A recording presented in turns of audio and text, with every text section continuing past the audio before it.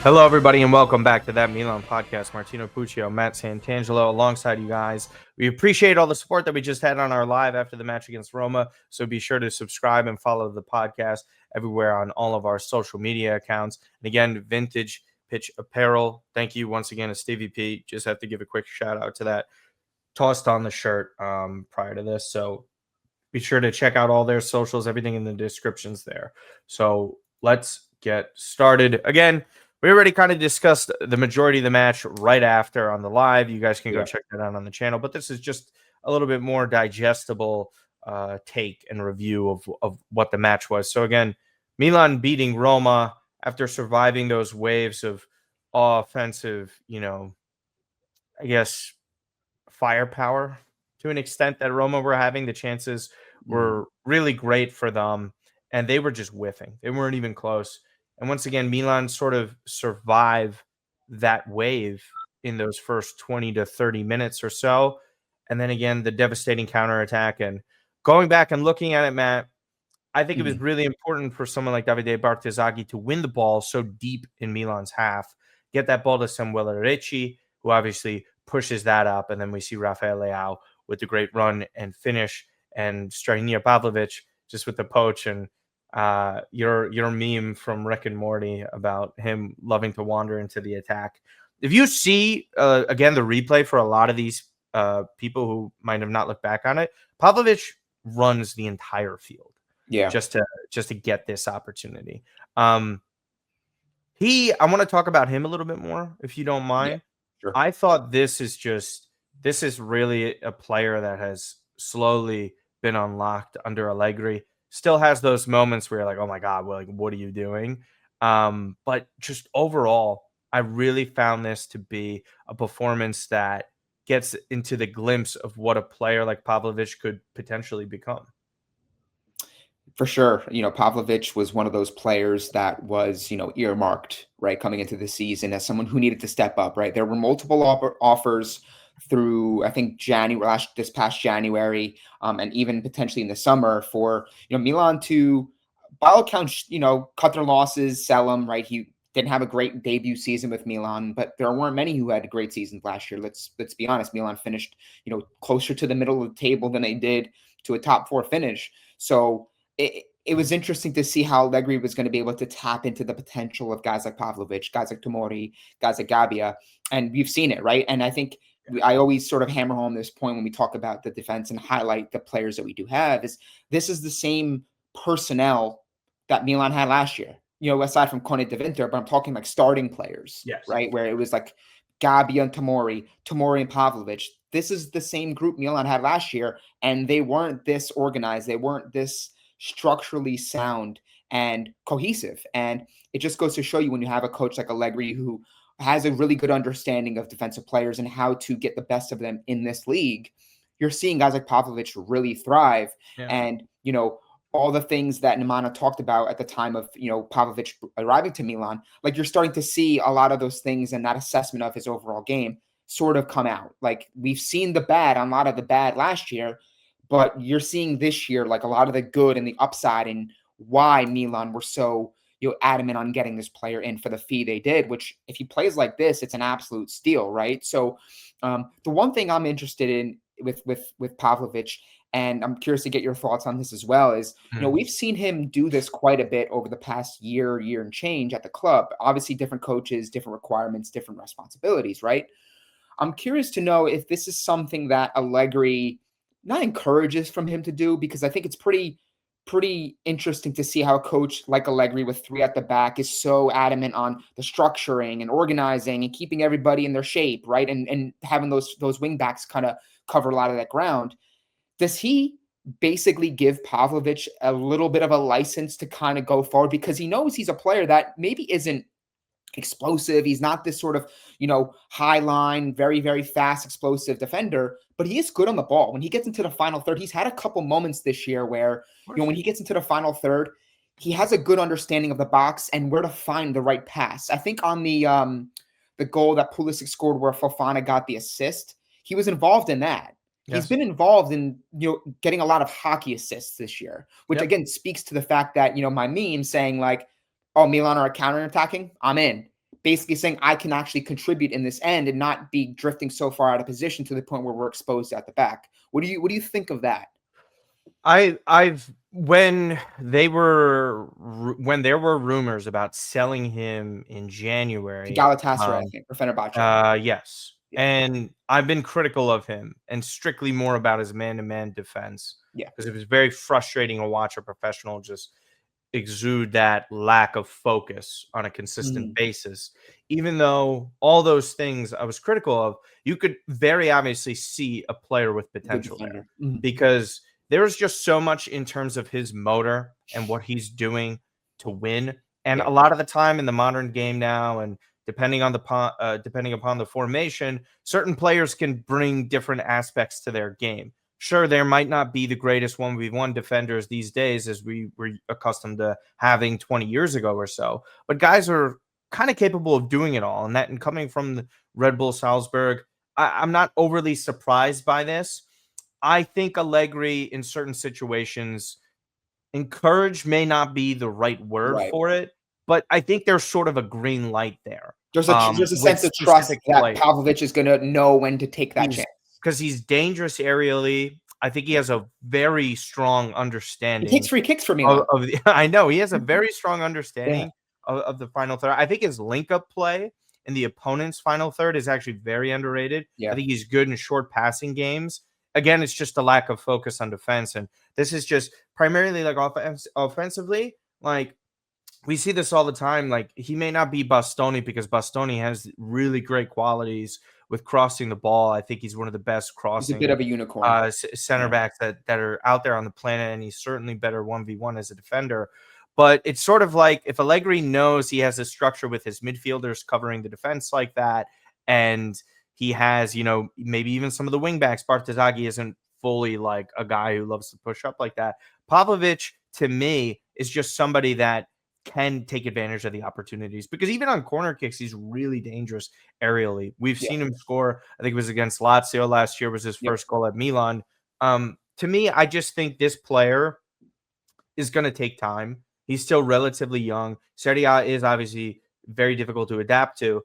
And again, back to Nemanja when we had him on the podcast when Milan first signed him, he professed this. Three at the back for center backs with a player like him, where Tomori necessarily can every now and then take his chances, press up a little bit high, but he really doesn't He's anymore not in a this physically formation. strong player. And Gabbia, like it's perfect for Gabbia. Gabbia isn't overly athletic as a player. He doesn't have the greatest of technical abilities Pretty in much a terms of traditional build, traditional mid defender. yeah, and Yeah. like when Pavlovic is driving up in ball carrying ability. I mean, Pavlovic by far is the best ball carrying center back that Milan have, and I just think he's really Mhm. interesting and a fascinating profile for the club because the upside was always there. You were just wondering how is he going to be able to put it together? Where is Yeah. he going to fit in as a center back? And I understand why he was kept over Malik Chow, for example, because of price, and also I think him being left-footed was a big part of it too. Um, I think, and this is credit to Allegri, by the way, because we kind of don't give him as much, or I haven't been giving him as much credit. Allegri putting a player like Pavlovic in a position to succeed is what is working here, right? He understands the balance of where Rabiot has to be played, where Alexis Salamakers has to be played. Sure, maybe the forcing of Rafael Leao a little too centrally was something that Mhm. was probably never going to stick because when we see how wide he is, he's a better player. But I think with this formation that Allegri had coming into the season and putting all the players that he has starting on a consistent basis, largely he's getting the best out of everyone's talent in regards to that while also keeping structure within the 11. I don't think that has been a thing for Milan in recent years, especially after the Scudetto. I think there were some flashes of it, especially the year after when they made the Champions League semifinal. But I Mhm. think this is more of a testament of where Allegri has been able to put in his players to succeed. And I think the star and highlight of it has been Pavlovic. So yeah, a little bit of long-winded answer there, but it's just really great to see this sort of transformation for him. So any other final notes that you kind of want to talk about towards the end Yeah. of this Roma It's match? more it's not like more so like I mean, it ties into what we were just talking about with Pavlovic, right? Yeah. But I think from a general sense, right, when you have a team that structures its market policy, transfer policy, like talent identification on players that are maybe not finished players, but players as far as like, this guy's young, maybe he didn't take off somewhere else. We think that he's a bit of a project and he just needs to get into the right position. If you're going to be in on that approach to building out a team, you also need to have that understanding. Okay, we need to get a coach that actually can lift those players, elevate those players to play to the potential, right? This isn't us getting a 60 million player and it's like, yeah, we already know what he is. He's a refined player. We don't have to really coach him up that much, right? But I think this is where it kind of speaks to a guy like Allegri, and it speaks to a coach like a Conte and some of the others that we've seen in this league, where you're getting a young player that is still raw and has potential. There is still the element of, okay, fine, we have a coach that can actually coach up players and develop players and lift players. And that's what we're seeing, right? So it's like, you have to kind of go hand in hand here, because a player can be very talented at a young age. Yeah. But if you're going to have a coach in place that is not suitable to developing, it's more than likely not going to work unless it's an actual, like, this guy's a stud, he can play on his own, he can do his own thing. Yeah, it very seldom works. So I think that's what we're seeing with a lot of the players within this team, right? Is if you're going to get the Ricci's, you're going to get, Yashari, you're going to get all these guys, you're buying them also on the premise that you have a coach that can develop them further, and to justify that money. That's how you find value in the market. That's when Milan got Rafa and Teo and Benacer and all these guys, right? Yeah. So I think we also need to give Allegri the credit there, is that it feels like, okay, fine. Like, a lot of the players that Milan had from a defensive standpoint, and even in other departments of this team, Milan acquired last year. But you saw they didn't have the coaching in place to develop these players year one. Same guys, Pavlovic, Tomori, different coach, different results. So, like, I think that's sort of the conversation that I think needs to start happening, is how good of a coach Allegri is. Because, maybe what we saw at Juventus was, well, Bonucci, Chiellini, those are great defenders. You don't really need to coach them and develop them that much. But it's when you have him come into this team that clearly had issues last year, that finished, 8th place, and he's able to go and say, Pavlovic, I can get you here. Tomori, Gabi, I can get you here. Rafa, I think you can do this. Fofana, Ruben Loftus-Cheek, like, that is the mark of also a really good coach. And it also takes the players buying into Allegri, and they definitely have. Yeah, I think I forget the account, so forgive me to whoever it was, but they were talking about the post-match interviews. They interviewed Maignan and Leao, and they were just talking about how it's been a strong group and how it's a little too early to talk about the Scudetto and all that. But someone made the point about how they're talking about the group in unison and the way they're talking about things. And I think dressing room issues were a major problem for Milan last year with both managers. Allegri, sure, he could be difficult. We see his outbursts on the sideline. He's saying to Rafa, don't piss me off today. The players are going to buy in when they see what he's accomplished. But he's a far more accomplished guy. And it's not to say Conceição wasn't, like, I get that. But Allegri in Italian football with Milan specifically, like, again, it's just so funny to me. Like, in different circumstances, Allegri doesn't leave years ago because Milan was so poorly ran. Like, yeah, he went to Juve, but, like, where Allegri ascended to even get that position at Juve after Antonio Conte left was because of his success at Milan and what he was able to do there. So Allegri was always a great coach. I said this in so many podcasts over months now about how massive a difference it would be. And people were just like kind of like upset about, oh, this is like we're going to be winning 1-0 all the time and this and that. It's ironic enough because this 1-0 win over Roma, it wasn't a prototypical Allegri 1-0 win where there was few chances throughout the entire match. I mean, literally for Roma, they had multiple. But how many did we talk about? Hermoso goal line save. I mean, even before that, Svigliar, who is an incredible goalkeeper. Like, really that guy is such a great shot stopper. I'm in awe of watching him all the time. He's just always very well positioned, strong leader, commanding of his defense. But that's besides the point. Milan missed sitters. Okay. Yeah. So Milan again could have had 3 to 4 goals. I would say more so on the side of 3 goals, right? Fofana sitter. Then you had Leao with the goal line clearance, and I reflected in the expected goals. I think in Nkunku, it hit off of his stomach and a chest. He reacted to it a little bit late, and it hit off the post. He forced the keeper to make a save. Yeah, and Nkunku still, I went back and rewatched it, and Nkunku had actually a little bit of an under the radar sort of match. It was a little bit different considering like how it was flowing. I thought he did pretty well there. So yeah, again, it's credit to Allegri, and like I said, final point on this with the match before we move on is that the bad rep that he got at Juve 2.0, how many times do I have to say it? Sarri said the same thing. Yeah. Pirlo had issues with them. I mean, even Tudor gets sacked, having They to still leave haven't now climbed out too. of that. Look at them, guys. Like, There again, just Milan to with speak more on money. this even further, like, when Go for it. maturing, and I say this a lot, this is like the new thing. Maturing is realizing that Allegri wasn't entirely the problem at the back end of his Milan career, his first stint there. When you look at the players he had at his disposal and the fact that he was still getting this team to Champions League qualification, granted, it was a weaker Serie A at that point. It was Juventus and pretty much everybody else, with the exception of, maybe Roma or Napoli having those decent years where they're contesting for the Scudetto. But generally speaking, Juventus almost won 10 in a row, right?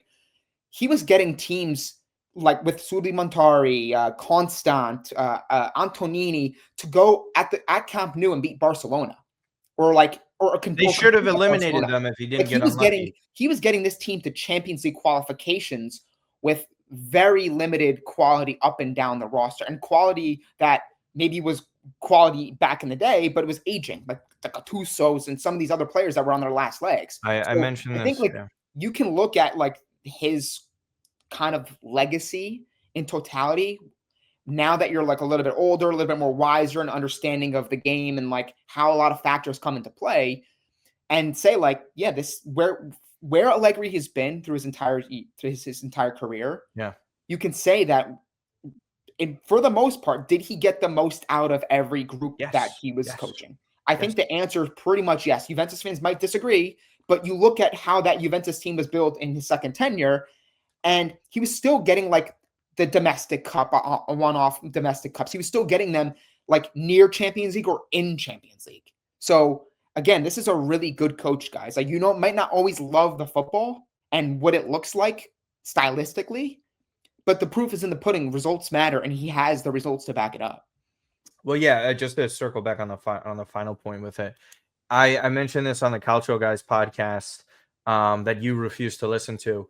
What I had said was Allegri had lost 2 generational talents, and I don't use that word loosely. He lost Zlatan Ibrahimovic in his prime and Thiago Silva entering his prime, or however you want to dissect what Thiago Silva was. And he still got them into the Champions League next year, and still almost eliminated the greatest team of all time in Barcelona, or one of the greatest teams of all time with that. It took an iconic Messi performance, okay, at the Camp Nou. And I just find that so ironic to see how it aged over time. And every single time that he was the favorite with Juventus to win the league, he did the league double all the time. He would win Coppa Italia, Supercoppas, Scudetti. Like, it didn't matter. Oh, by the way, making 2 Champions League finals and getting them there with, some of the best defensive records throughout the tournament. You remember the year that they went to go face Real Madrid in the final. They weren't conceding at all. They were incredible on the European level. They just came up against 2 historic teams. Yeah, and they did.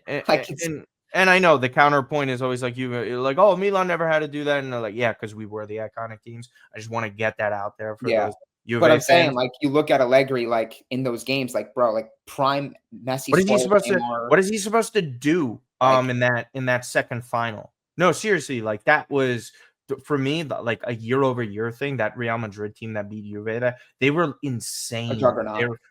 So, like, it's actually impossible to beat. The one against Barcelona, that scoreline should have been far worse because I've rewatched that game.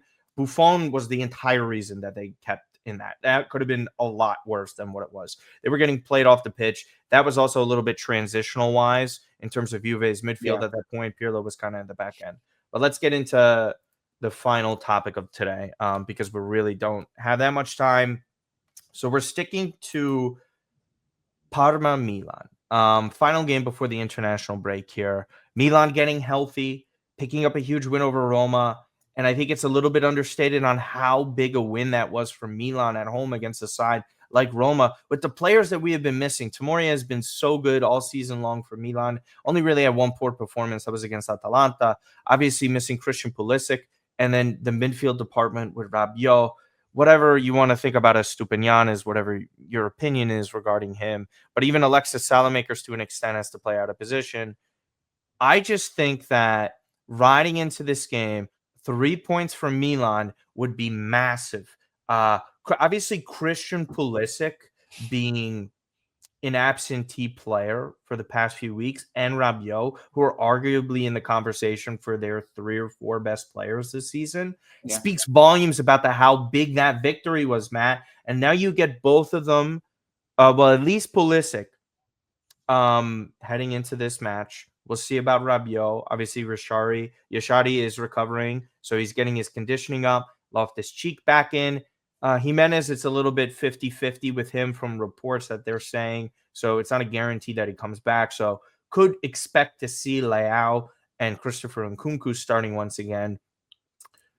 Parma are no pushovers, Matt. No. But heading into this, I think getting this healthy, even if Pulisic's off the bench, even if Rabiot's off the bench, Milan have to feel very good about themselves in terms of momentum. How are you feeling heading into this one? And again, this is away in Parma. Yeah, I mean, I'm just pulling up the table and the stats for Parma just to kind of give broader perspective on how they've been so far, right? Because this is obviously a team that last year, we obviously stumbled out of the gate against.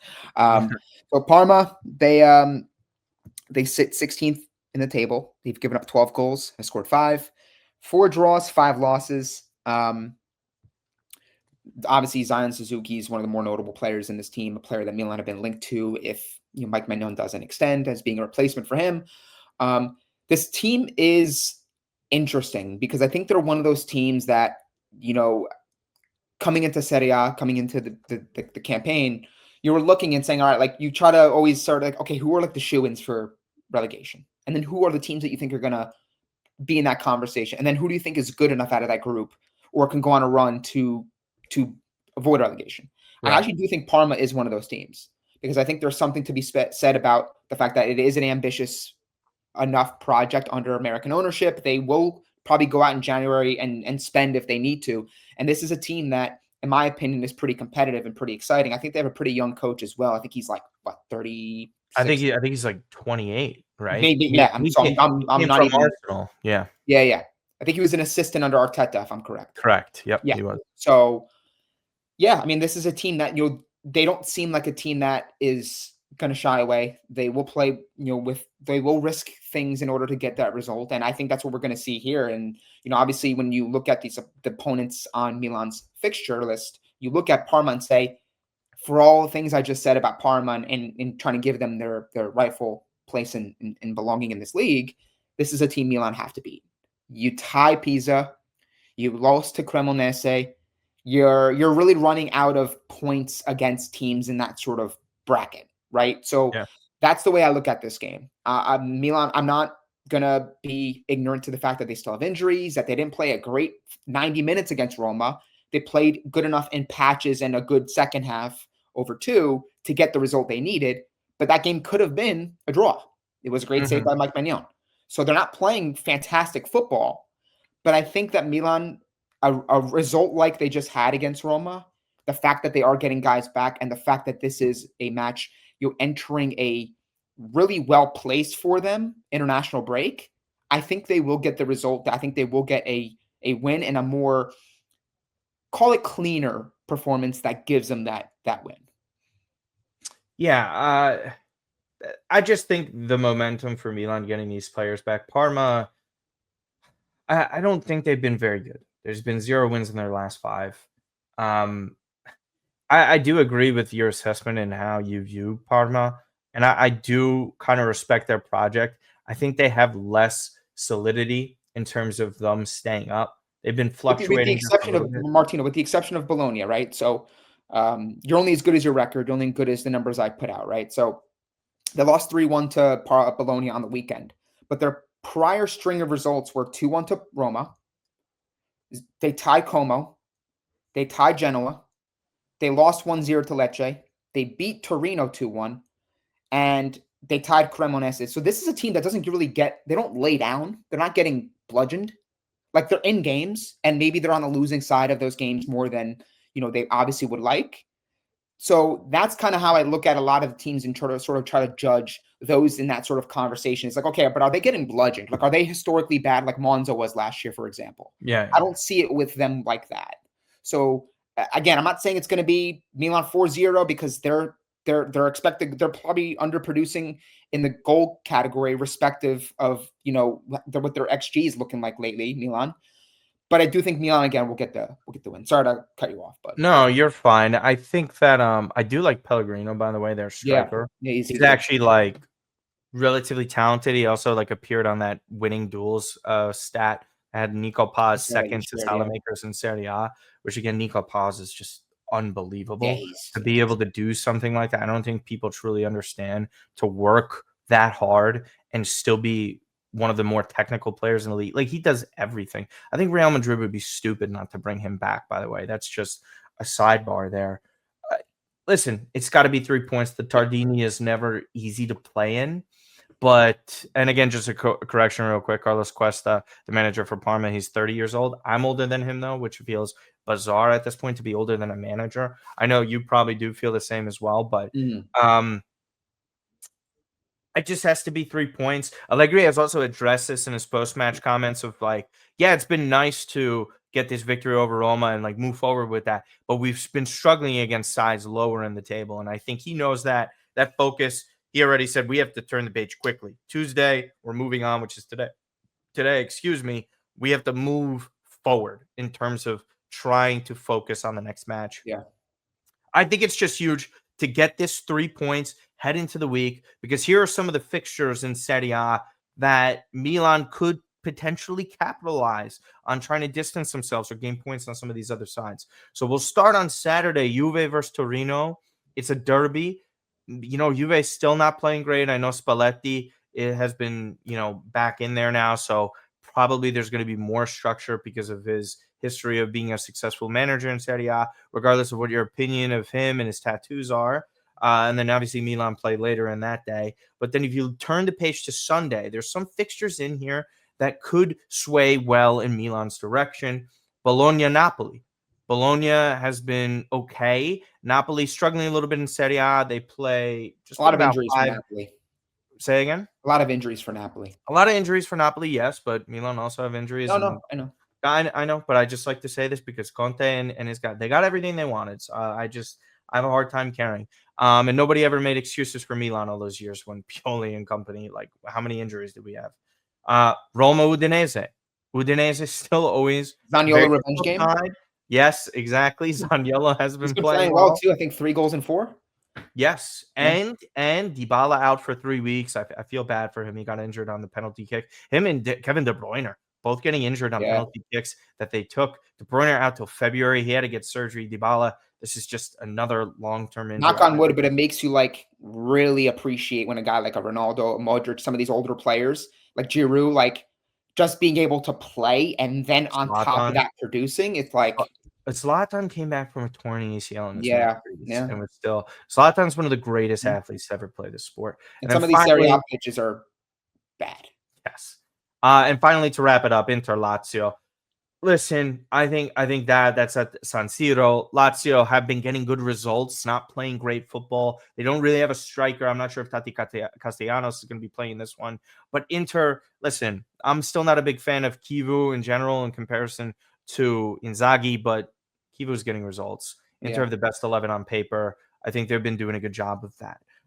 So again, there's still some opportunities there that could be drop points for those squads going up against those sides. So hopefully Milan do get something here. And to wrap this episode up, as we always do, Matt, it's prediction time. So what do you have for Milan versus Parma? Again, we don't know the 11, but it looks like it would largely be the same as the match against Roma. So go ahead. I'm going to go 2-1. I mean, 2-0. I'm sorry. Okay. 2-0. Yeah, I think Milan are going to get a clean sheet. They're going to keep Parma. I just don't see much of a threat, although, again, I do like Pellegrino, and I think they are a team that has some appeal. I think that Milan are going to be able to keep the game in front of them. They're going to play a game in a professional sense away. Again, to your point, Tardini's on an easy place to play, but I think that Milan are going to do the job defensively to keep this game from being like very open and kind of playing into what Parma would want. 2-0. I don't know what the status is of Santi. I'm trying to just kind of like speak it into existence and manifest like Santi gets his goal here, but maybe he's saving, and I think Steph mentioned this or someone else on my timeline mentioned it. Santi's saving his first goal in Serie A against Inter. I don't know. I'm just Yeah, I have seen that floated out there. That's also just from the also paranoid Interisti that are yeah, just like, of because they course, don't want to be dude, the ones like to give him the goal. nobody. Yeah, that's just one of those things. Again, I do feel for Santi. I do hope he does score. I would like for him to succeed. I just want all these players to succeed. It's not even there's no agenda from me for anyone here. I just there's just some that are not up to the Milan standard, but I really do kind of wish it for Santi. I don't think there's anything wrong with him from a personal perspective and just how hard he works. I just have to respect somebody like that. But as far as that goes, yeah, I'll go. Yeah, I'll go 2-0 Milan as well. I don't see us scoring three. I think it really just depends on who we have on the pitch here. Um, I would love to see Loftus-Cheek get an opportunity over Yusuf Fofana in this. If it's Richie, Modric, or LC, I think that's something that I could really like. Alexis Salamakers. However, Matt, I am curious, just real quick. Now that it just popped into my head, Stupinian seems like he could be back to full health.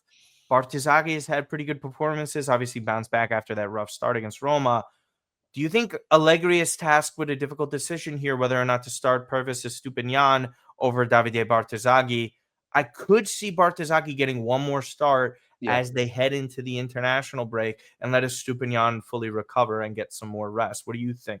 yeah. I think Allegri's going to go with Bartazaghi. I think he's also looking at the fact that he don't want to maybe have any setbacks with Estupinian. But obviously I'm a big believer in if like the team clears you and you're ready to go, like I can't really use the excuse, well, he just came back from injury. Like if you're Yeah, on and yeah, you're getting selected to start for a club like AC Milan, you're expected to live at such a standard. But I do think that with the international break placed where it is, and the fact that what the second game out of the international break, Milan play Inter, I think that's kind of where he's looking to be like, okay, like let's make sure that that game is the priority point where it's like, okay, like let's give Bartosagi, because Bartosagi hasn't given us any reason to be like, okay, he's played so bad that he's not playable. He's had his moments, but he's also had his moments that he's looked very good. So I don't think he's given Allegri any reason to not trust him in a game like this. I think he's earned the opportunity to get this starting nod, and I think he will. Yes, and just one last thing. I believe he got a red card against them last year. Was that the match? I think. Can't remember. It's It difficult for was me like to a Milan remember. were winning the game pretty easily, and then he And just he got got he got an unlucky like yeah. tackle. I think his studs were a little bit up in the box in that one. But for me, I just think that between these two, Milan have to come away with the 3 points. There's Yeah. zero excuse for this. I'm just really hoping that's the case. Let's see real quick. 3 to wait. I just want to see for my own mental sanity. Oh my god, yeah. The last time Milan played Parma was when they scored both stoppage time goals and Chukwueze scored the winner in the 95th minute. Mhm. That was insane. Can't I feel like ever last forget year was that. complete blur. Like if you told me like what It's a just fever happened, I was dream. like, oh shoot, I forgot about that. Like it's Yeah. like that's the way I look at certain seasons and games. Yeah, absolutely. But again, we appreciate all your support, guys. Thank you Thank so you, much. bro. Subscribe and follow the podcast here. Shout out to Stinker once again for the thumbnail. Shout out to everyone else in the community that always supports us. So Vintage Pitch Apparel. Definitely be sure to go and check out and get some of the stuff like this. Stevie P has great merchandise on there. The link will be in the Especially description. around the holidays, guys. They got some good There are stuff on some there. You good should go check gifts. them out. Yeah. Yes. Matt_Santangelo on Twitter. Everyone can go and follow you there at Matt. Is it Underscore underscore? Santa 22, because someone I guess I have it. That's my I guess handle. Someone One had that you it. guys won't that you guys want get access to, but It's like the I think you should leave skit when he crashes the hot dogs car into the yeah, yeah. convenience store and he's And I like, was like, oh, "Who who did has this other this? handle? It's like, Who yes, did me. this?"